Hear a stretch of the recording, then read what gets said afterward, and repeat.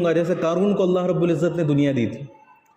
قارون کو اتنی دنیا ملی تھی کہ اللہ رب العزت خود قرآن مجید کے اندر ارشاد فرماتے ہیں کہ وَآتَيْنَاهُ مِنَ الْكُنُوزِ مَا إِنَّ مَفَاتِحَهُ لَتَنُوءُ بِالْعُصْبَةِ أُولِي الْقُوَّةِ کہ ہم نے اس کو اتنا خزانہ دیا تھا کہ جس کو اٹھانے کے لیے ایک بہت بڑی طاقتور جماعت لگتی تھی، اتنا خزانہ اس کے پاس موجود تھا.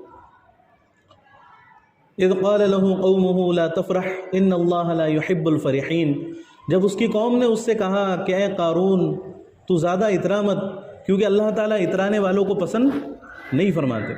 اور قوم کے لوگوں نے اس سے کہا کہ وابتغ فیما آتاک اللہ الدار الآخرہ ولا تنس نصیبک من الدنیا، کہ جو کچھ بھی اللہ نے تجھے دیا ہے تو اس میں اللہ کو رضا کرنے کا سامان پیدا کر، اس کے ذریعے سے اللہ کو راضی کرنے کی فکر کر، اور آخرت کی فکر کر کے یہ مال تیرے آخرت کے لیے کام آئے، اور دنیا میں بھی اس سے فائدہ اٹھا.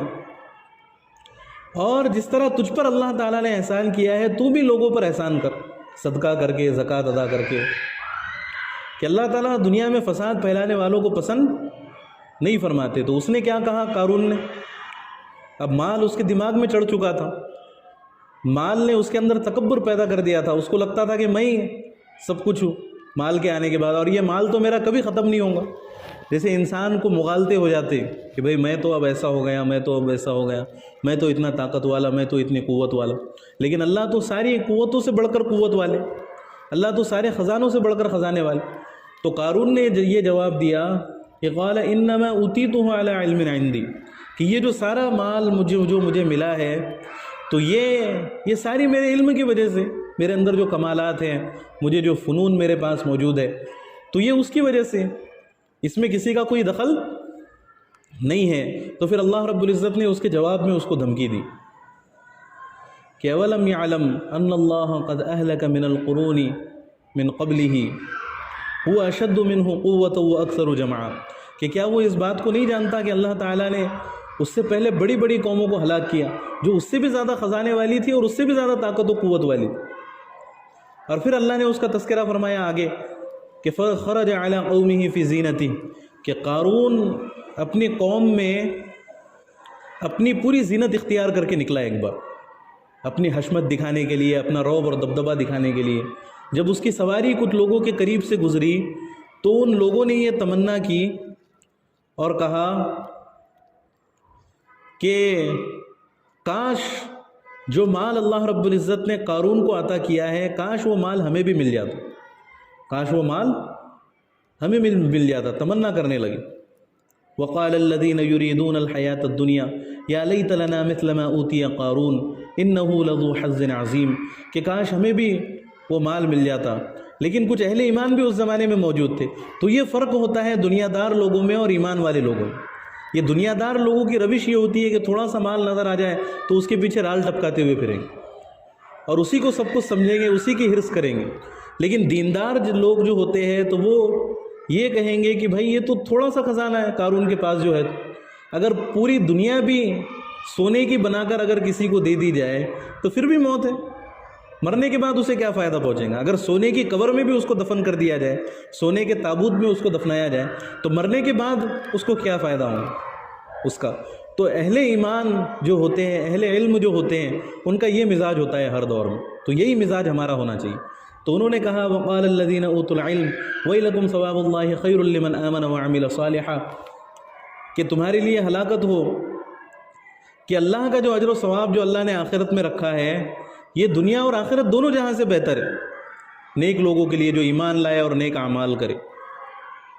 انہوں نے ان کو یہ نصیحت کی، نیک لوگوں نے، دیندار لوگوں نے، دیندار طبقے نے.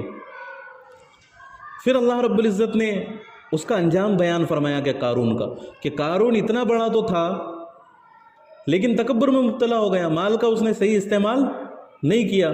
تو فخسفنا به وبداره الارض، تو ہم نے اس کے اور اس کے خزانے کو بھی زمین میں دھسا دی، اس کو اور اس کے خزانے کو بھی زمین میں دھسا دیا. فما كان له من فئة ينصرونه من دون الله وما كان من المنتصرين، تو کوئی جماعت ایسی نہ تھی جو اللہ کے عذاب کے بارے میں اس کی مدد کر سکے، اور کوئی نہیں کر سکتا جب اللہ کی پکڑ آ جائے. تو اس لیے انسان کو ہر وقت اللہ کی پکڑ سے ڈرنا چاہیے، کیونکہ تکبر اللہ رب العزت کو بالکل پسند نہیں ہے، اور دنیا دار انسان اکثر تکبر کے اندر مبتلا ہو جاتا.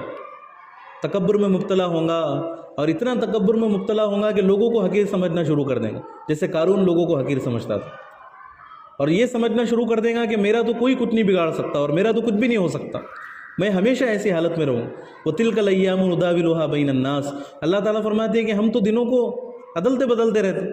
وَتُعِزُّ مَن تَشَاءُ وَتُذِلُّ مَن تَشَاءُ، جس کو چاہتے ہیں عزت دے دیتے ہیں، جس کو چاہتے ہیں ذلیل کر دیتے ہیں، جس کو چاہتے ہیں فقیر بنا دیتے ہیں، جس کو چاہتے ہیں بادشاہ بنا دیتے ہیں۔ تو یہ تو اللہ کا نظام ہے۔